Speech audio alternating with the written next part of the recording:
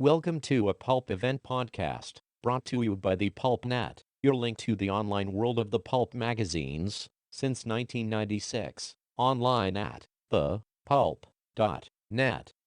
This Pulp Event podcast features the presentation, 8 Feast of Farmer, Philip José Farmer's early science fiction, with Michael Croteau, of FarmerCon, and Meteor House, and Sippo.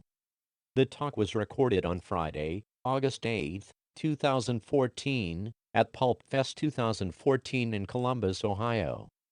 Here is Michael. Hello. Welcome to our second FarmerCon presentation of this PulpFest.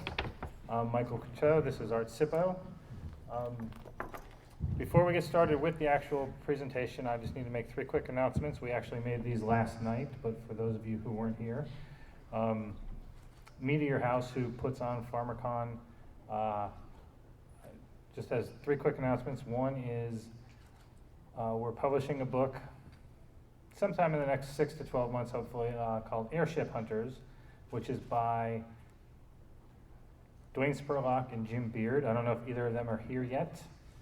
I think they're both supposed to be here tomorrow. The book is called Airship Hunters, and it's a book they're writing together. It's a lot of fun.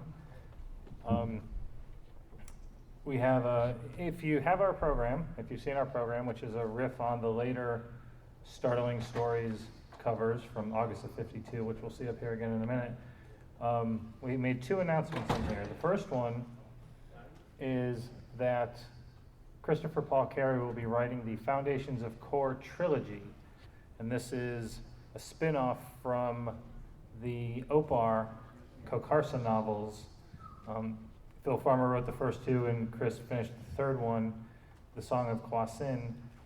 But that was actually a project we wanted to do later. We had another project we wanted to do first, but we had to get the blessing. We wanted to get the blessing of Edgar Rice Burroughs Inc., and we emailed them a couple months ago, sent them a certified letter, didn't hear back until yesterday afternoon. We actually heard back from them. I got an email, and they gave their blessing. They were very kind.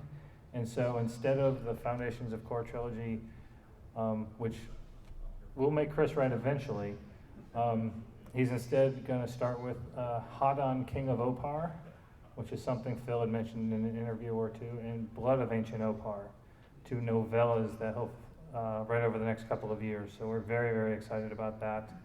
And the 3rd announcement, which was the big news really coming in here, is that for those of you who have read Phil Farmer's A Feast Unknown, that's the first novel in a series, the second 2 being The Mad Goblin and Lord of the Trees, which were, the first novel was X-rated, the next 2 are PG-13, your typical action, adventure, violence.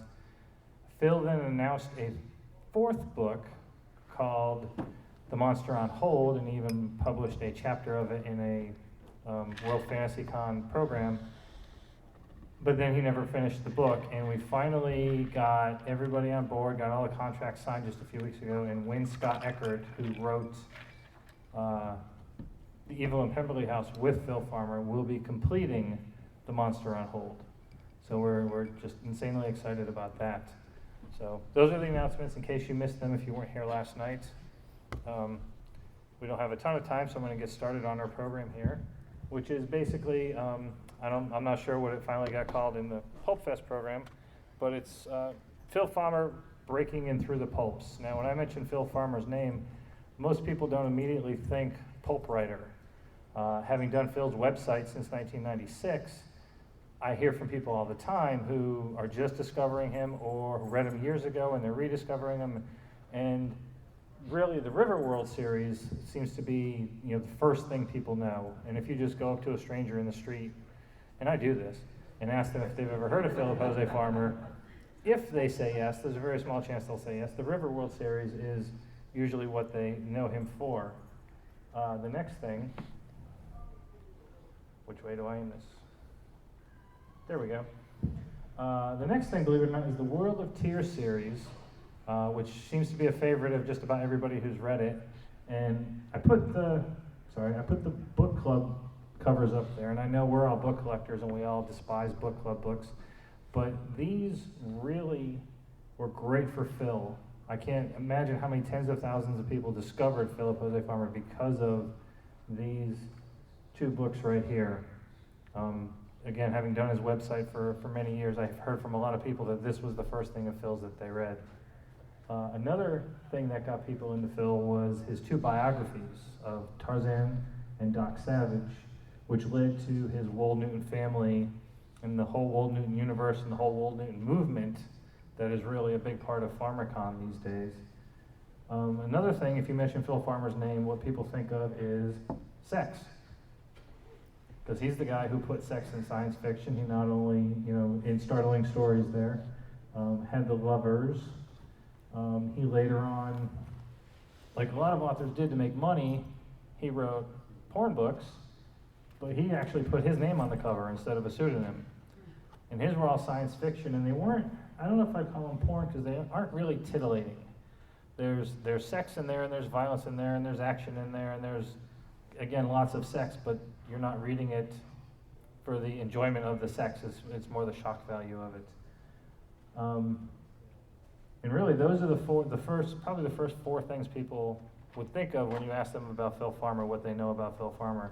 But really, he was a child of the pulps. He grew up reading the pulps, and he got his start writing for the pulps. And I'm going to turn the microphone over to Art Sippo, who's going to give you all kinds of fascinating details about that early stage of his career. Okay, thank you very much, Mike. Phil Farmer began his writing career in the mid-40s, and the first story that he really put out to be published was the story O'Brien and Obernov.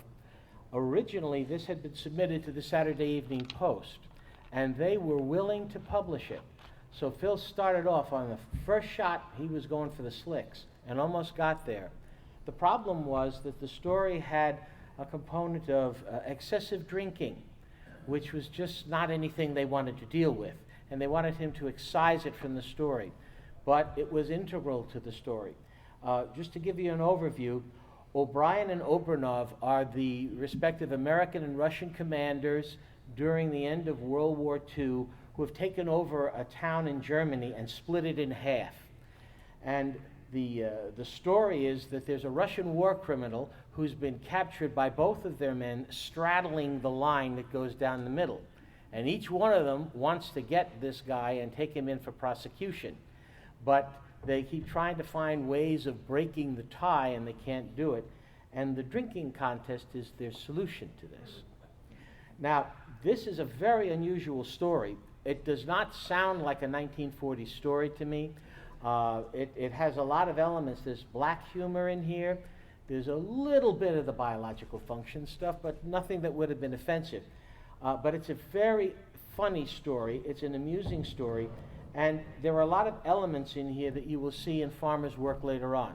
In particular, he recognized the ethnic diversity both in the United States and in Russia, which was something that most people were not aware of. He was always looking for excessive elements with humor, going to extreme ends, almost surreal ends as they're trying to break this tie. And it's very much a Farmer story. Originally, when he had submitted this to Saturday Evening Post, the editor, Ben Hibbs, suggested to Farmer that if he didn't want to change the storyline, he should give it to a friend of his, Kenneth White, who was the editor of Adventure magazine, a pulp magazine. And indeed, that's where it was first published. This story has been anthologized in The Best of Philip José Farmer. It's the first story in the list. The second story that Phil had published was The Lovers. And this was from Startling Stories, August of 1952. This was a landmark issue for Startling Stories. In the recently published book in the series Worlds of Philip José Farmer, this is the one that's just been published and has been offered here.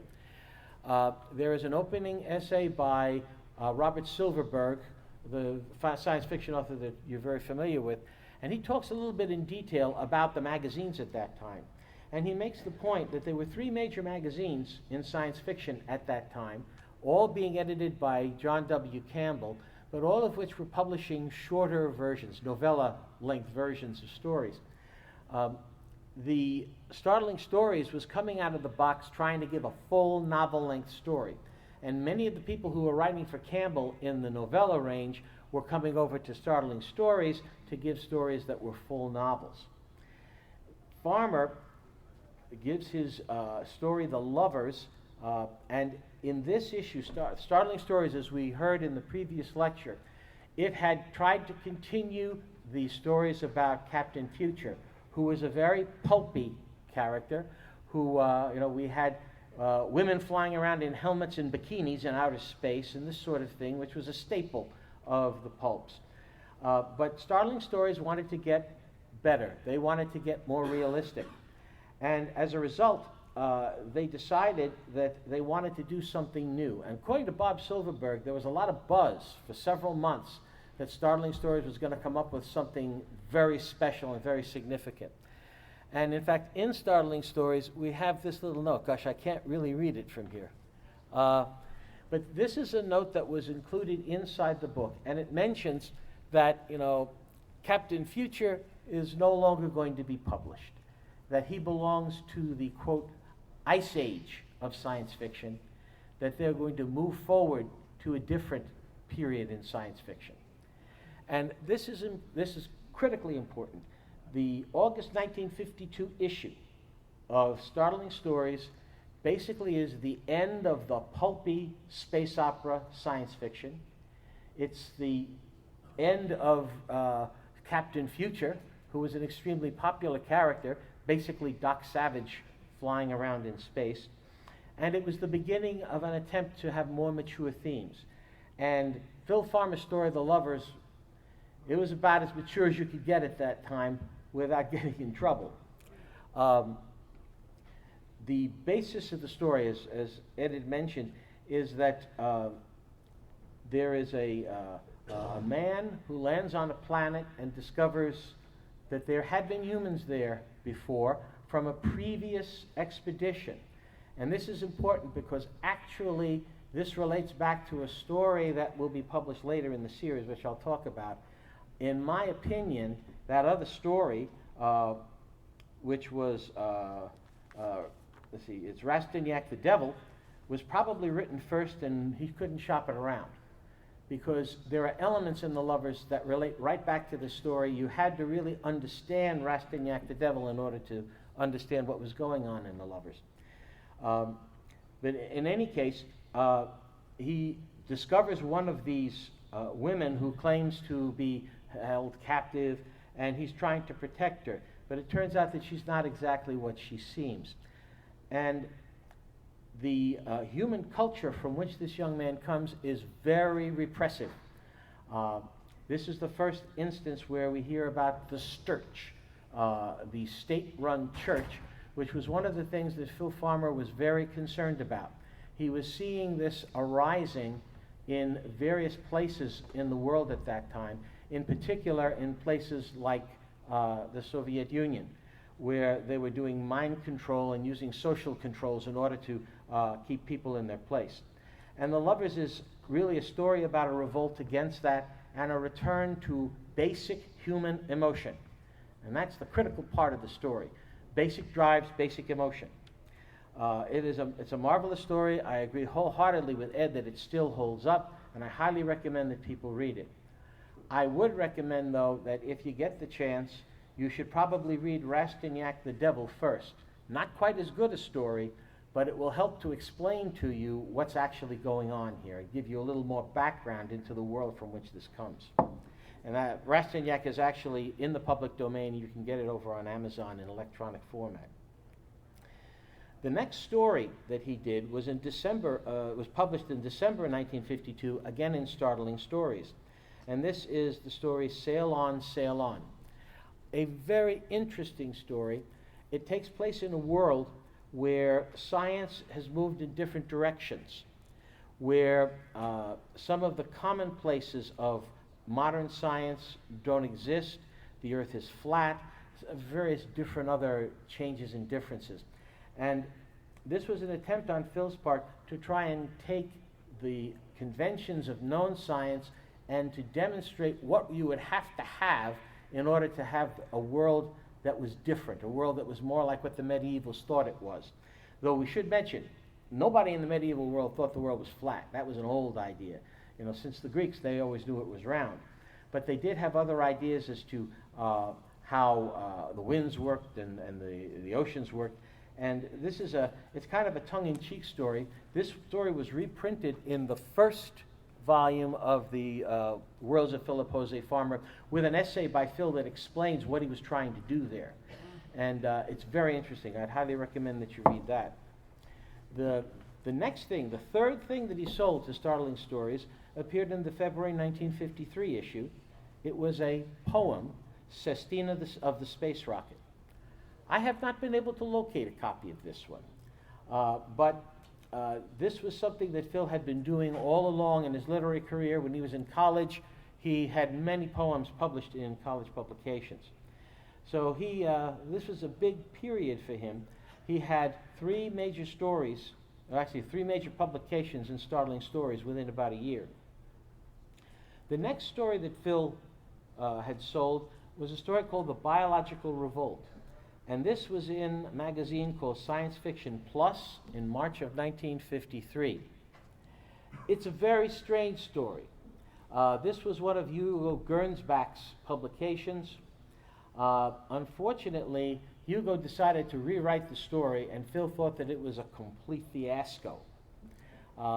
He was very unhappy with the way he had handled the story and pretty much disavowed it.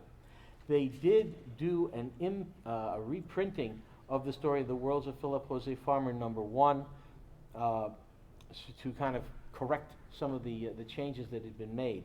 And the story here, once again, is dealing with matters of sex. There is a scientist who has an incurable disease, and his wife refuses to go near him. And at this time, the Earth and Mars are about to go to war, and this scientist thinks that he's got a way of giving Earth the power to defeat the Martians. The problem is he's got two moral dilemmas. The first is that he wants female companionship, and he's willing to trade his information for that.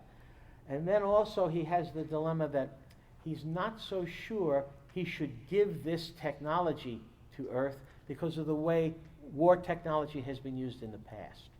He's worried that if he does that, it will be misused. And so he's balancing his own personal desires, his own personal concerns against a higher moral principle. Very, very interesting idea.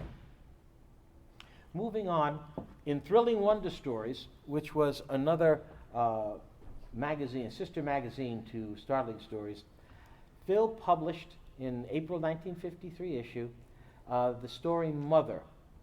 Now, this is a fascinating story involving xenobiology, but it also has a whole series of themes about psychosexuality, about relationship between parents and children. In this case, the mother of the protagonist is a scientist, and her son is captured by this monster. And the monster has entrapped him inside herself, and his mother's trying to assist him in escaping. And this was one of the things that you find in Farmer's work. He broke a lot of gender biases and a lot of race biases in some of his characters. He's the first one that I'm aware of that has, as matter-of-factly, that there are women scientists, or that there would be, a woman who would be concerned in taking care of her son. This is something unheard of in the science fiction realm. Mother was a fascinating story, and it involved, as I said, some issues about incestuous concerns and about the relationship between parents and children. It is a fascinating story, and it's one of my favorites. The next story that was published by Phil was Moth and Rust. Moth and Rust was published in Startling Stories in June of 1953. It was the official sequel to The Lovers. It occurred in the same world in which The Lovers occurred. And this was an interesting story. It has never been republished since 1952 until now. It is republished in its original form here. Phil later reworked the story into a novel-length story called The Day of Time Stop. It's also called A Woman a Day is another title in which it was known. And he changed it significantly. In my opinion, I prefer Moth and Rust to the change, because Moth and Rust is more consistent with the lovers and more consistent with the theme that was going through it. Even though I think that he had good reason for doing it, and that his changing of the story demonstrates some maturation on his part. In the current book, I have an introductory essay in which I go into some detail about what happens in the story. And it's at this point I want to talk a little bit about some of Phil's concerns. Phil Farmer was very concerned with certain topics that go through his work. Everybody knows about the sex stuff, okay? They also don't realize he was very interested in religion and wrote several stories that have a religious theme to them. Some of them don't sound like it, but they actually do. In Moth and Rust, the very title comes from Matthew's Gospel. It says that you got to put your treasure where moth and rust are not going to destroy it. That's where that comes from. In this story, there is a character who is a physician who is part of an underground trying to defeat the same government, the Hijack Union. This is another little pun that Phil has. Hijack is like Hawaii and I forget the other type. Israel? Israel's in there, Hawaii, Austria. Anyway, it's H-A-I-J-A-C. And basically this is a pun on that these people have hijacked away the rights of the people. The story has the Sturch running things. They have an electronic machine that they use to test people called the Elohim meter. And if you pass on the Elohim meter, then you can advance to a higher level. You get a golden lameth to wear. And then you become above reproach. Now, I don't know how many folks here are familiar with Scientology, but this is one of the devices that L. Ron Hubbard and his people developed actually in the early 50s, just before this story was published, early 51. Dianetics was evolving into Scientology, and they were using the E-meter to do inventories on people. And if you are familiar enough with Scientology, you will immediately recognize that Farmer is targeting this. Okay, very definitely. There are also elements in the hijacked society that are very similar to what you find in Mormonism. I go into some detail on it in my essay. So he was going after these religions that he felt were doing massive social engineering.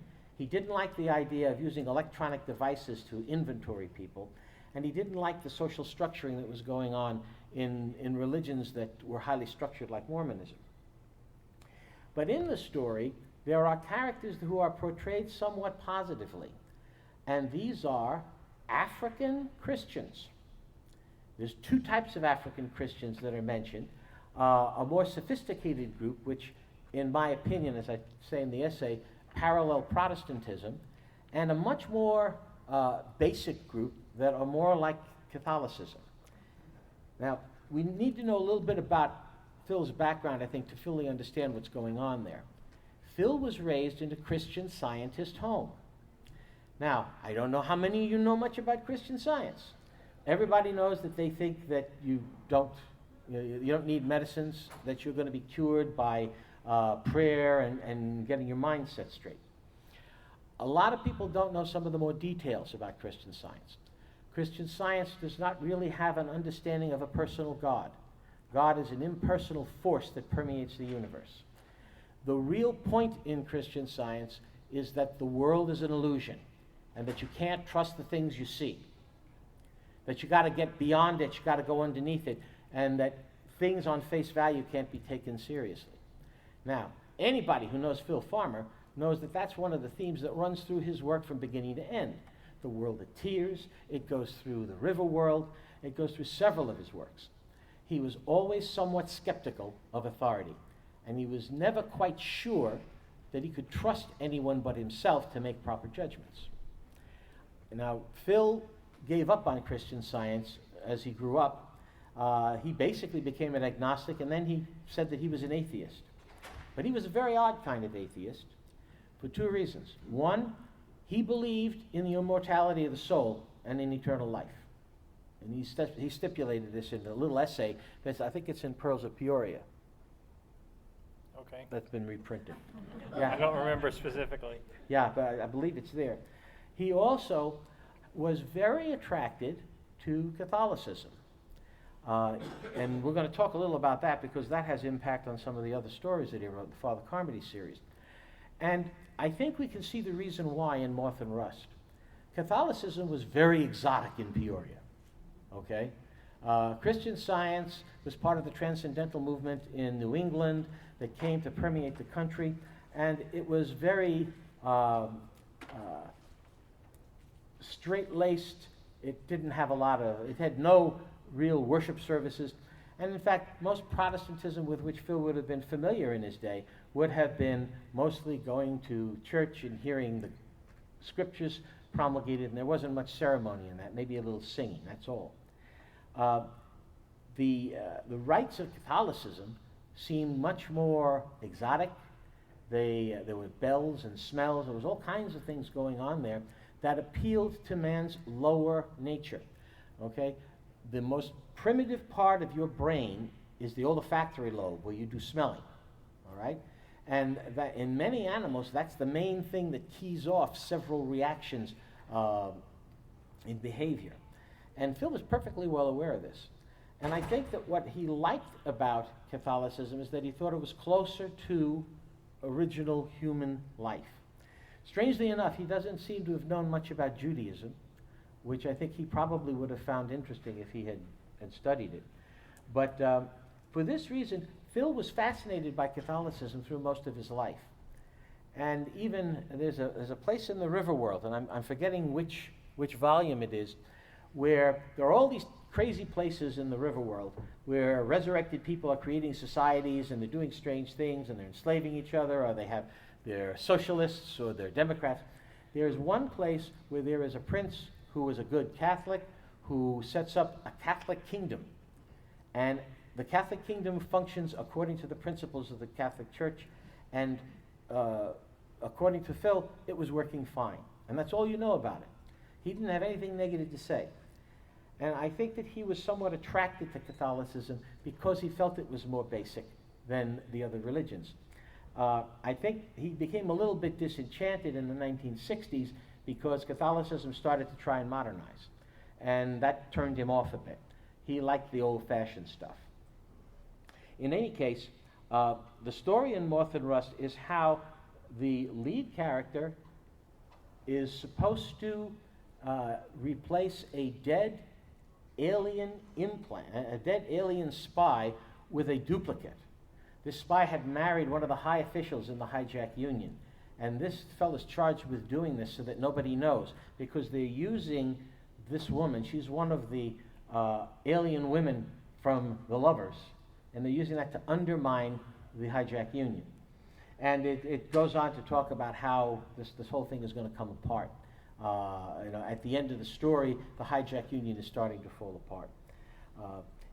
The story in Moth and Rust, if you understand it as basically an attempt to find religion in the high-tech area as being damaging to human nature, and the preference for something much more low-tech, something closer to where the people are, the smells and bells kind of thing. If you understand that, that's what Phil was going after in the story. Okay, enough on that. There's a lot more detail in the book. I'd recommend you get it and read the essay. I think you'll find some other interesting details. Now, the next story that he publishes is interesting. It's Attitudes. And this is the first Father John Carmody story. And this story is about the basic premise of the story is that there is this fellow who is gambling with alien natives, and he has telekinetic power, so he's cheating. And he thinks that he's winning on this game, and that he's going to fleece these aliens of everything they have. But for some reason, his powers aren't working. And in the ship's complement is this Father John Carmody. And we find out that Carmody had been a little bit of a roue in his time, and that Carmody actually has powers greater than this young man's, and that he is interfering with the young man's winnings for a good reason, which I won't go into. But it's a positive rendering of a priest who is trying to save a young man from his own vices. All right, this is the first John Carmody story. There are going to be a couple of more as we go along. Strange Compulsion was in Science Fiction Plus in October of 1953. Very odd story. Phil had a couple of these stories where he tried to invent evolutionary schemes for reproduction that were not typical, and that he thought paralleled things that occurred in nature, that, you know, in the non-human world. And in this story, there's a father and daughter on a spaceship who have been infected with a disease that, when it infects a species, it then uses the reproductive powers of the species to reproduce themselves. And here, once again, we have incest as a problem. Another theme that was important. We're going to talk a little bit more about that in a little bit, but just keep this in mind. Sex and incest, these are things that Phil really thought about. The next story was from Fantastic Universe in 1954, and this is another sex story, but it's not really a sex story. It's a reproduction story. They twinkled like jewels in the title. This is from a line in the book where the government is taking people and putting them away in special prisons. And there are certain guards that are taking care of them.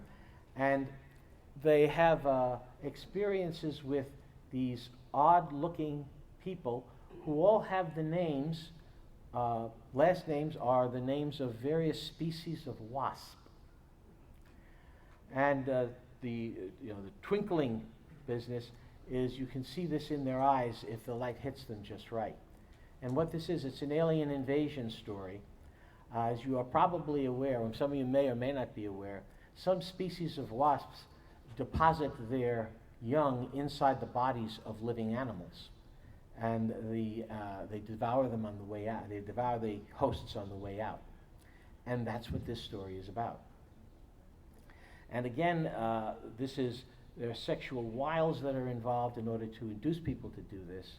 But this is exploring another method of reproduction. Now, the next story was in Thrilling Wonders in 54. You can see Phil was pretty busy. He was cranking these things out pretty well. And Daughter is actually the sequel to the story Mother. And it's actually somewhat comedic. It involves the same creature that had devoured the hero in the other story, except that this time there is an animal called the Ulfway who is trying to attack the inside of this creature and eat it. And believe it or not, this is actually a takeoff on The Tale of the Three Pigs. And again, very well done. He's just a cute story. Now, in Argosy, in March of 1954, this is not really a science fiction story, but it's a future fiction story about the Cold War and about the outset of World War III. A man is on a ship. He's leaving his wife to go home to live with his mother. His mother has always been taking care of him. He was an abused child. The father used to abuse him, and the mother used to protect him. And the wife is telling him that he's not strong enough. His mother is taking over his life. He needs to break away from her. Well, in the middle of the ocean, a submarine shoots a torpedo into the ship. He's the only survivor. And the submarine is a robotic submarine with a female-type personality on board that is trying to get him to help her because she has damage, and he's the only one inside that can help.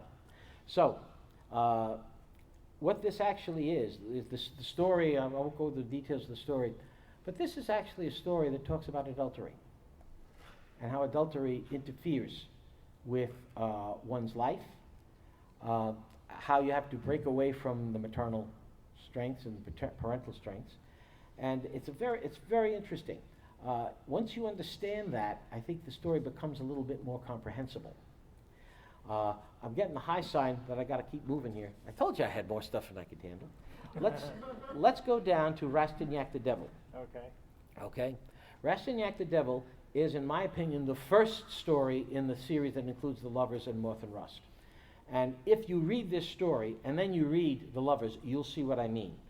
Basically, in this storyline, the French have gone out into space. They have colonized worlds.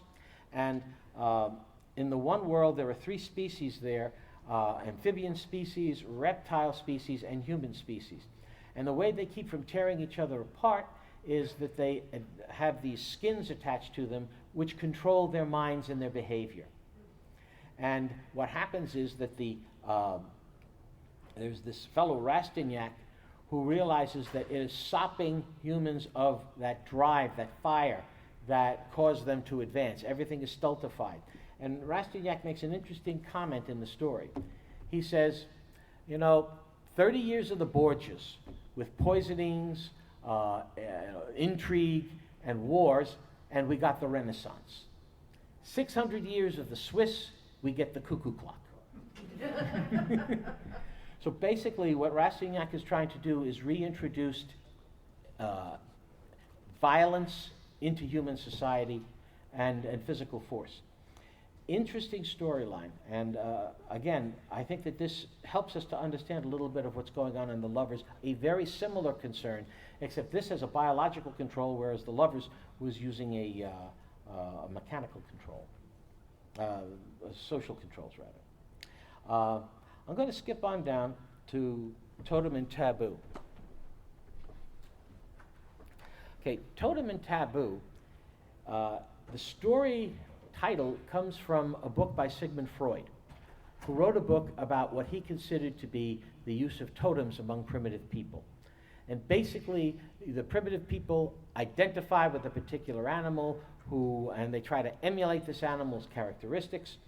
And this becomes a sacred animal to them. They will either eat the animal or they won't eat the animal. It was all very Freudian. In the story that Phil wrote, he has a gentleman who has a drinking problem. And his wife says she's going to leave him if he doesn't get the drinking problem taken care of. And so she sent him to a psychiatrist who gives him a drug that makes his totem animal come out, and the totem animal concentrates all of his bad characteristics. This was a setup by Farmer, I think, of the whole premise of Totem and Taboo by Freud. He realized that that was a bunch of nonsense. In fact, one of the things that we're not going to be able to talk about everything else that goes on. Oh, I still have 2 pages worth. But you're going to find this out. Phil wrote some of these stories. As you could tell, he was lampooning some of these social control things. He lampooned a lot of religious ideas. There was a story, Toward the Beloved City, where he lampooned some of the attitudes to what was going to happen in the end of the world. In the book of Revelation. He tried to show how ridiculous it was. There's another story which is marvelous. It's called A Bowl as Wide as the Earth. Now, in this story, he's depicting the afterlife. And I've seen people say, oh, the story he's depicting is the afterlife in hell. All right? I've seen them say, oh, this is purgatory. That's not what it is. He was describing the pale, pallid afterlife as it was described in most of the religious stories of his time. Okay, in this land, everybody has the same body. Nobody is different. Everything around you is edible. You can't be injured. You can't die. Okay, so you have immortality. You have no hunger. But it's boring. You don't have anything. And in particular, for Phil Farmer, the thing that really bugs him is there's no sex. And in this, I don't know whether any of you have read Letters from Earth by Mark Twain, but Mark Twain mentions this as well. And I think probably Phil got an idea about this from these letters to the earth. Are Satan writing back to heaven about what he discovers on earth. And one of the things he says is, all these people think that there's no sex in heaven. They have no idea. And I think that is something that really Phil has hit on something there. That we have to face that. Human sexuality is a whole lot more than what people thought. It's not just for procreation. There are other issues involved. And that's why in a bowl as big as the earth, he's taking on this bland idea of what the afterlife would be. Now, I've got a whole lot of other things that I can mention. There's tons of stuff. We have the early elements that became Riverworld were also published in the pulps. Eventually, though, the thing that was the real breakthrough for Phil was he had a story called The Riders of the Purple Wage, which was in Dangerous Visions, edited by Harlan Ellison. And that was the big breakout piece for him. Once that had gone out, he really became noticed more. And after that, this is back in 1967, he began to write more in anthologies. He started to write more standalone novels that were published directly.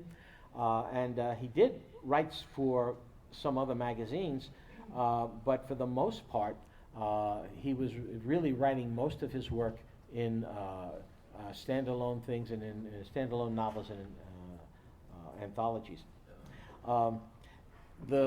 In short, Phil was an iconoclast. He did a lot of different things. And there are themes that run through his work.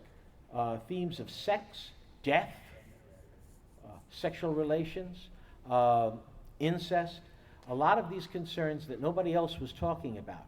And he made them an important part of his fiction. And that's why many of us, when we read Phil stuff, we say it's literature. It's not just science fiction. It's not just entertainment. And I think that was also one of the reasons why Phil was a peculiar taste for some people in that period. And I guess we've run out of time, and I thank you for listening.